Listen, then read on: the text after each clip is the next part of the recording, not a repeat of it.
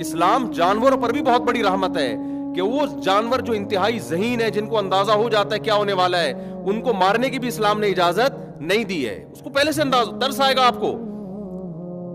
آپ بندروں کی ویڈیوز دیکھ لو جن کو کاٹنے کے لیے لے کے جا رہے ہیں، ایسا تڑپ رہا ہے نا، ایسا بھاگنے کی کوشش کر رہا ہے. گائے تو ہمارے یہاں قربان گاہ میں جا رہی ہوتی ہے، وہ سمجھ رہی ہوتی ہے کہ لائف میں کیا، میں پکنک پہ جا رہی ہوں. میں اس کو لٹاؤ گے بھی نا تو بھی اس کو نہیں پتا چلتا کہ میرے ساتھ کیا ہونے والا ہے.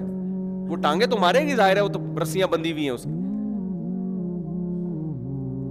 مرغے کو آپ کاٹو، ہم تو کاٹتے ہیں نا کبھی ذبح کر کے کھاتے ہیں، تو دوسرا مرغا کھڑا ہوا ہوگا، وہ مرغیوں کے چکر میں لگا ہوا ہوگا. اس کو پتا نہیں ابے بھائی تو بھی ابھی آنے والا ہے.